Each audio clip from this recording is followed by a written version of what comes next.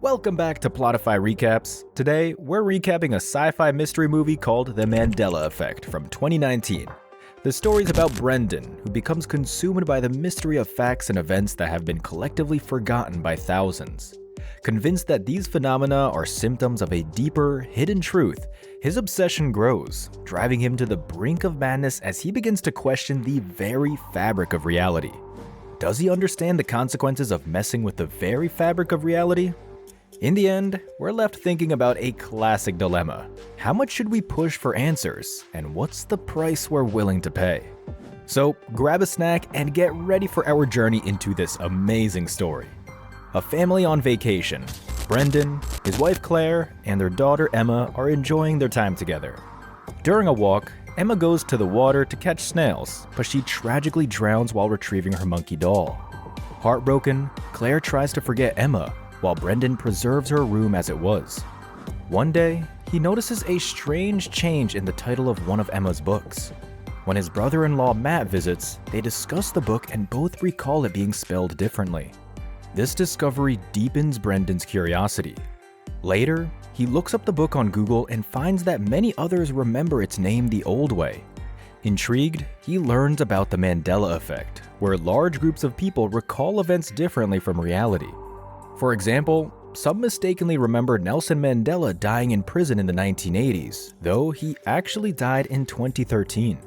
The next morning, Brendan is shocked to see a family photo on the fridge that he remembers being taken in a different location. He tries to discuss his concerns with Claire, but she's busy cooking. Frustrated, he talks to Matt, explaining his belief in the Mandela Effect and feeling that many things around him have inexplicably changed. Matt, however, dismissed Brendan's concerns, suggesting he might be experiencing false memories influenced by online information. Brendan, convinced his memories were real, began to wonder if he had entered a parallel universe where things were slightly different. He delved deeper into these theories and found an article proposing that the Mandela Effect might be caused by an experiment with the Large Hadron Collider in Russia in 2008. This article claimed the experiment made people feel as though they had shifted into a parallel universe. Seeing Brendan so consumed by these theories, Claire became worried, believing his obsession was a way to cope with their daughter Emma's death. She urges him to let go of Emma's memory and move forward with his life. However, Brendan continued to seek validation for his experiences and asked Claire if the Monopoly game's mascot wore glasses on the cover. Claire confirmed she distinctly remembered the mascot wearing glasses. Then, Brendan reveals to Claire that the Monopoly game cover did not feature the mascot with glasses, contrary to her memory. He further points out that the monkey doll they currently had lacked a tail, whereas in the beginning of their story, Emma's monkey doll clearly had a tail which she used to hold onto it. Hearing Emma's name upset Claire. She accused Brendan of dwelling on the past and internet theories. Despite her frustration though, Brendan stuck to his beliefs and dug deeper into his research. He finds theories suggesting the Mandela Effect could be caused by glitches in different parallel universes, making them blend together. These theories said there are many parallel universes, each slightly different.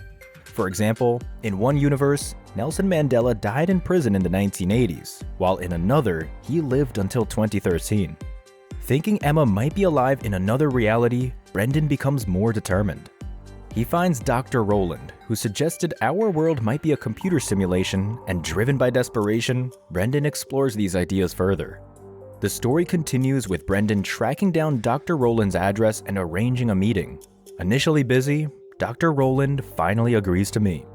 During their talk, Brendan shares his experiences and his belief in a simulated world. Dr. Rowland confirms this, explaining that everything is part of a computer program. Encouraged, Brendan wonders if he can change those glitches through coding. Dr. Rowland explains they need a special quantum computer for this, and shows Brendan the quantum computer they've developed, capable of altering the simulation if coded correctly. Inspired, Brendan, who used to be a game developer, starts coding, and after many days of work, he finishes it and sleeps peacefully. A major twist unfolds when Brendan wakes up the next morning to find his daughter Emma alive in his house. Stunned by what he just saw, he questions Claire about Emma's presence, recalling her death months ago. Claire's response is perplexing. She insists that Emma never died, and by hearing this, Brendan seeks further confirmation. He talks to Matt and others, all asserting that Emma never passed away. This leads Brendan to believe he's returned to a reality where Emma survived, due to some glitch. Overjoyed, he spends time with Emma, feeling like everything he lost has been restored. However, amidst the joy, Claire's behavior becomes erratic as she starts moving around frantically, breaking utensils without explanation. Brendan is further shocked to discover that Dr. Roland, whom he met recently, supposedly died months ago. This discrepancy convinces him that the simulation theory is accurate, and the computer program controlling their universe manipulated events to return his daughter Emma. Exhausted and overwhelmed by these revelations, he decides to act. Despite concerns that running his code could potentially destroy and then possibly restore their entire universe, he believes it's necessary for his family's well-being. He takes the pen drive containing his code and sneaks into the university to access the quantum computer. After Brendan activates his code on the quantum computer, instant changes start spreading through his surroundings. Rushing home, he sees all cars have disappeared from the parking lot. On the bus, he notices everyone and everything around him, buildings, trees, beginning to glitch. Arriving home, he finds Claire also glitching. The effects of his code escalate, rapidly unraveling the simulated environment. Soon, everything starts shutting down, and darkness covers everything. The entire world around him vanishes in an instant. But after a moment of complete obliteration, lines of code start appearing on the screen, signaling the reconstruction of the universe. Everything returns: planets, living beings, and all of human history. The universe resets to a specific moment. Brendan, Claire, and their daughter Emma are back on the beach, enjoying a peaceful day. This time, when Emma asks to go play with the snails, Claire tells her to leave her monkey toy behind.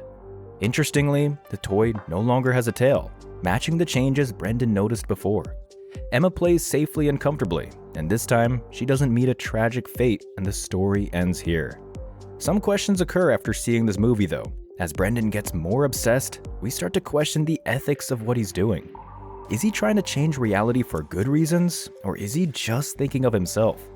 And as things start to go wrong, we wonder if Brendan realizes how risky his actions are. What's your take? Write down in the comments section below. Thanks for tuning in. If you liked this video, hit the bell and subscribe to our channel to never miss our fantastic content. Don't forget to leave a comment and tell us if you enjoyed the Mandela Effect. Your support means the world to us. So until next time, take care and stay plotified.